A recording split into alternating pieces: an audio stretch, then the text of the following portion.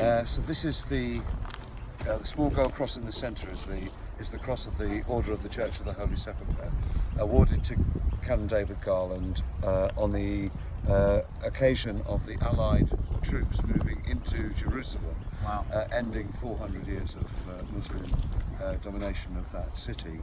And he was given this as a mark of admiration for the Allies arriving. It was later brought back to Brisbane, and the cross mounted in such a way that he could continue to wear it, which I think he did with pride. Almost all the photographs I see after 1920 of him are of him wearing it in whatever surround he's in. Isn't that amazing? So on the back, well, you lift it and find it on the back there is also the inscription, which Presented to Canon D.J. Garland by the Greek community of Brisbane as a token of recognition of valued services rendered. Isn't that amazing? by a Brisbane jeweller. A first AF, former first AF gentleman, who was an artist in his own right in things to do with jewellery. Now, what I surmise is this is Queensland gold from Mount Morgan, and the rubies are from Rubyvale. Everything that the Pectoral Cross sits upon is made by Brisbane people by donations. It was literally put the hat around amongst the Greeks of Brisbane, and in the middle of a pretty ordinary post-World War I Brisbane as well. And being the newcomers in town, they weren't exactly the flavour of the month, but they weren't flush with funds for most of it. But they saw fit to raise enough money to get this amount of gold. Then I got this jeweller to do this amount of work to inlay this on top of it, to make sure it actually had what is standard in the Greek Orthodox tradition, this particular crown at the top of it. It's worn at chest height, and that's where the ribbon comes in. So along with the engraving, which is done by a Brisbane artist whose work is now sadly lost, you are looking here at literally an oyster case for 4 slivers of the One True Cross. There's a tiny little... I'll just show the camera. Have a look at that. You can see there's a tiny Edging. tiny edging, and you Yep. can see the most biggest gaps just there. Yep. So that opens up, so it's almost like a hollow cross. It is Did a open up, I container. think. Did. It's a container for a holy relic. Oh, you can see there's a hinge on the top Yes, there. there is, yeah, and And a lever. clasp, lever. Isn't that interesting? So it represents So the tell us loyalty what's- of the Brisbane Greeks and their astonishment at the hospitality Canon Garland was able to extend to them. Because in his parish of South Brisbane at that time, he was able to just have a spare church. So they were able to start doing their own services in Greek, baptisms, funerals and marriages. So it actually knit together the Greek community. And tell me what's inside in the hollow. That is reputed, and in his will, the slivers of the One True Cross that Jesus was crucified. Isn't that amazing?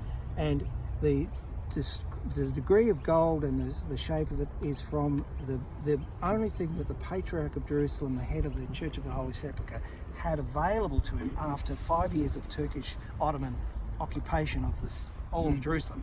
He spent most of the war almost at bayonet point for the ability of Canon Garland as a senior Church of England chaplain to call some remaining troops, because most of them, the troop ships at the moment, the 11th came by.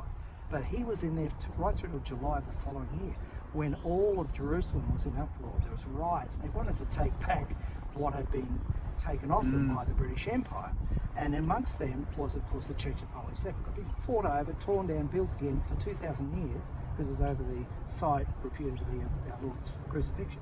And so for that protection, he was considered to be worthy of a knight of the Church of the Holy Sepulchre for his defence of it.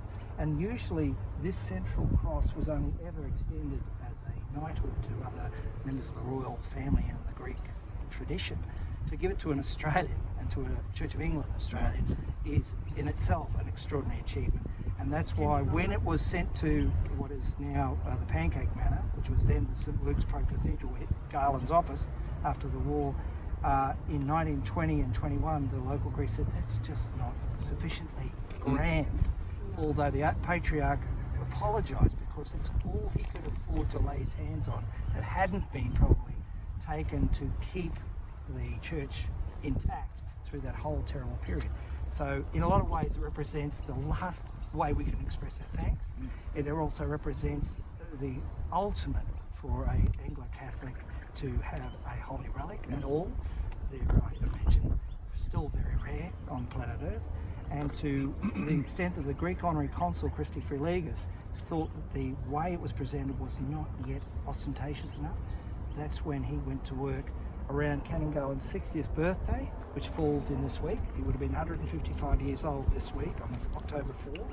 He passed away when he was 75 on October 9. That's what happens tomorrow. On October 10, he was taken out of St Barnabas Church by a current Queensland Premier and a future Queensland Premier, Sir Raphael Salento, and a few other Greeks of the highest order in Australia. That was presented by, again, in 1924 in this format. In that format, it could be worn as a pectoral cross, which just means it sits here with the vestments that are now in the Anzac Legacy Gallery.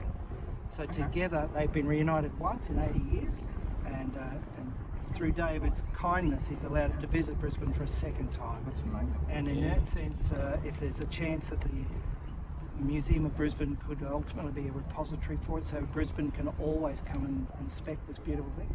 That's our hope. It will come back to Brisbane, and all that we've seen in the last 2 days kind of demonstrates the significance that it has to people in Brisbane, and it's better that it's here. Good.